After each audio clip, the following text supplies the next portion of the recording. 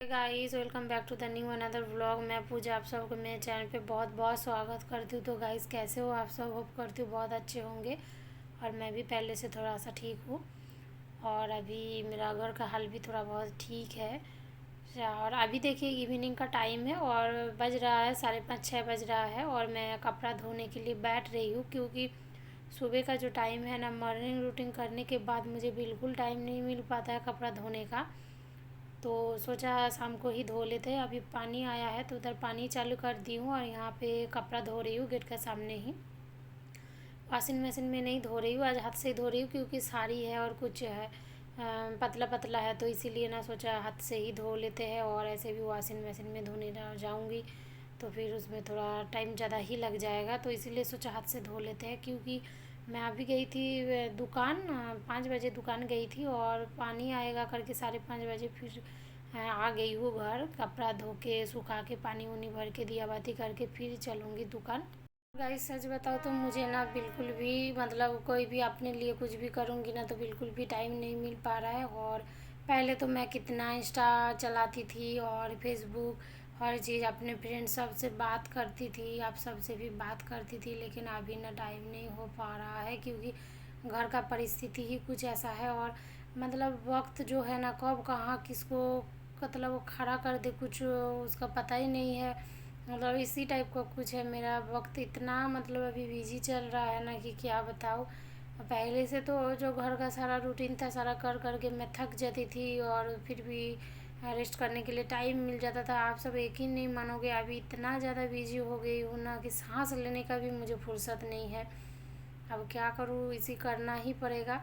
और चाहे जो भी है, अभी ना क्या है, घर का जो भी काम करती हूँ उसके बाद ना दुकान में भी टाइम देना पड़ता है। फिर आके खाना बनाओ खाओ, इतना ज़्यादा थक जाती हूँ ना तो मोबाइल चलाने का टाइम ही नहीं मिल पाता है। लेकिन बहुत दिनों से व्लॉग भी नहीं बना रही हूँ, तो सोचा काम तो होते ही रहेगा, उसी को बस जैसे भी है करके व्लॉग बनाना है। तो सुबह जो भी है मॉर्निंग रूटीन सारा करने के बाद ना चली जाती हूँ दुकान 9 साढ़े 9 बजे। और वहाँ से आके फिर खाना बनाती हूँ, 1 बजे आती हूँ, आने के बाद खाना बनाती हूँ। खाना बना के खाते खाते फिर 3 बज जाता है मेरा। फिर उसके बाद ना थोड़ा लेटती हूँ, थोड़ा बहुत लेटती हूँ आधा घंटा। और वो 3:30 फिर 3:30 बजे से ना फिर जो भी है बर्तन झाड़ू पानी भरना हर चीज़ करती हूँ। फिर उसके बाद ना जैसे काम इवनिंग का रूटीन भी ख़त्म हो जाता है, उसके बाद फिर जाती हूँ दुकान। फिर वहाँ से आती हूँ 8 साढ़े 8 9 बजे आती हूँ, फिर खाना डिनर बनाती हूँ रात को। मतलब इतना लाइफ बिजी हो गया है ना, आप सब आगे ब्लॉग में खुद ही देखोगे तो पता चल जाएगा। मैं क्या बताऊँ, खुद ब खुद आप सबको पता चल जाएगा। मेरे को तो सांस लेने का भी टाइम नहीं है। मेरा हस्बैंड का एक गलती की वजह से मुझे इतना परेशान होना पड़ रहा है, और मैं तो इतना ज़्यादा थक जाती हूँ ना कि क्या बताऊँ। तो आज है कुछ साड़ी, सुबह भी एक साड़ी पहन के जाती हूँ। और अभी गर्मी का टाइम है ना तो बहुत ज़्यादा पसीना भी आता है और गर्मी भी बहुत लगता है। तो सुबह एक साड़ी पहन के जाती हूँ, फिर शाम को एक पहनती हूँ, तो एक दिन में दो दो साड़ी हो जाता है। तो कपड़ा भी कुछ ज़्यादा ही हो रहा है आजकल। और आज तो दोपहर को गई थी मार्केट, मतलब जो भी कपड़ा का मार्केटिंग करने जाता है वहाँ गई थी। फिर थोड़ा सा सुबह ना खाना बना ली थी, देर लेट से 10 बजे दुकान गई थी। वो मेरे हस्बैंड को भेज दी थी 8 बजे, और मैं 10 बजे 2 घंटा बाद गई थी, क्योंकि खाना बना के गई थी। मुझे पता था आज मार्केट जाना पड़ेगा करके, इसीलिए ना सुबह ही खाना बना के गई थी। और 12 साढ़े 12 बजे दुकान बंद करके वहाँ गई थी गोडाउन में सामान लेने के लिए हस्बैंड के साथ। फिर वहाँ से आते आते ना 3 साढ़े 3 बज गया था। और उसके बाद खाना खाई हूँ, और खाना खा के 5 बजे फिर दुकान गई थी। 5 बजे हस्बैंड और मैं दोनों साथ में मिल के गई थी। और जाने के बाद फिर पानी आया तो तुरंत फिर आ गई हूँ यहाँ पे, कपड़ा वपड़ा धो रही हूँ। कपड़ा धो के सुखा के फिर चलूँगी दुकान। तो जल्दी से इसको ना कपड़ा धो लेते हैं।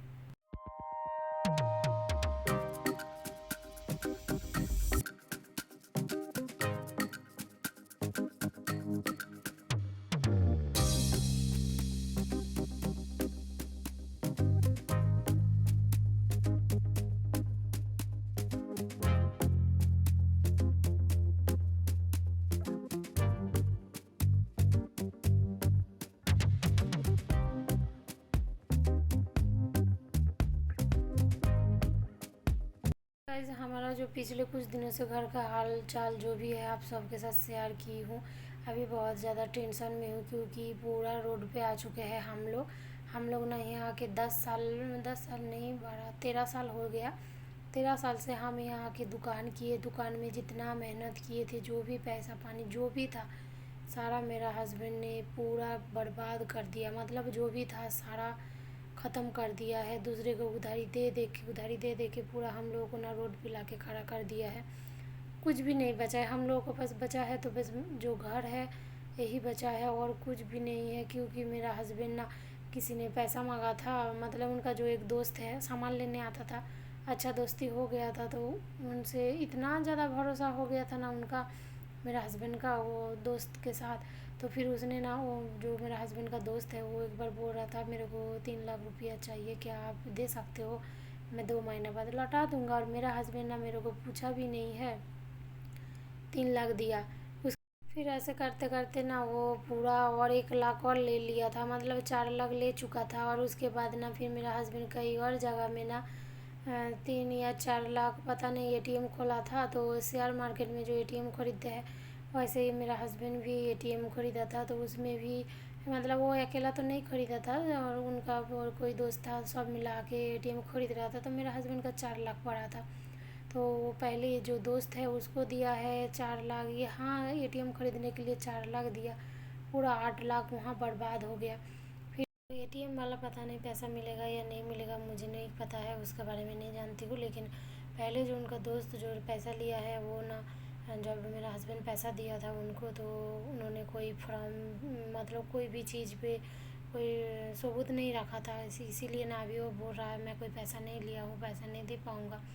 तो इसी वजह से ना वो टेंशन में घर से पूरा भाग रहा था कि मैं इतना भरोसा करके उनको पैसा दिया हूँ और मेरे साथ ऐसा धोखाधड़ी कर दिया।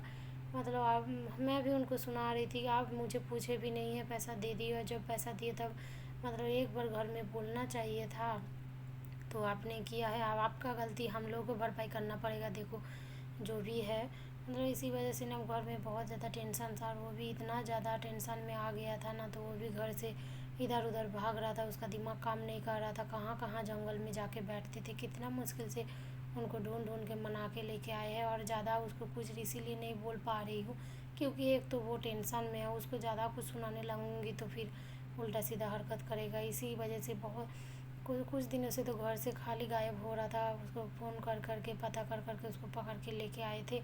और अभी दुकान इसी वजह से जा रही हूँ क्योंकि उसको अकेला छोड़ दूँगी ना, वही बात को टेंशन हो जाएगा, तो फिर कहाँ भाग जाएगा, उसको ढूंढ नहीं पाऊँगी, फिर रास्ता में जाएगा, कहाँ क्या होगा। इसी वजह से उसको नहीं छोड़ रही हूँ और दोनों टाइम मैं उसको साथ ही में ले जाती हूँ दुकान, मतलब कहीं भी अकेला नहीं छोड़ रही हूँ क्योंकि उसका इतना ज़्यादा धोखा खाया है ना, उसका पूरा वो टूटा हुआ है, उसको अकेला कहीं भी छोड़ दूँ तो कुछ भी हो सकता है। इसी वजह से मुझे ना उसके साथ हमेशा जाना पड़ रहा है, इसी वजह से मेरे को ज़्यादा डबल ड्यूटी लग गया है। तो देखिए गाइस मेरा यहाँ पे ना जो भी कपड़ा धोई थी मैं छत पे नहीं सुखा रही हूँ, घर में इतना ज़्यादा गर्मी है ना, इसी वजह से थोड़ा सा हल में और उसी लगा के रखी हूँ। और जो भी कपड़ा है ना यहीं पे मैं डाल के रख देती हूँ, पूरा रात भर में सूख जाता है क्योंकि अभी बहुत ज़्यादा गर्मी है इसी वजह से। और मैं तो 1 महीना हो गया छत में कपड़ा भी सुखाने नहीं जा रही हूँ। नेक्स्ट वीडियो में मिलूँगी।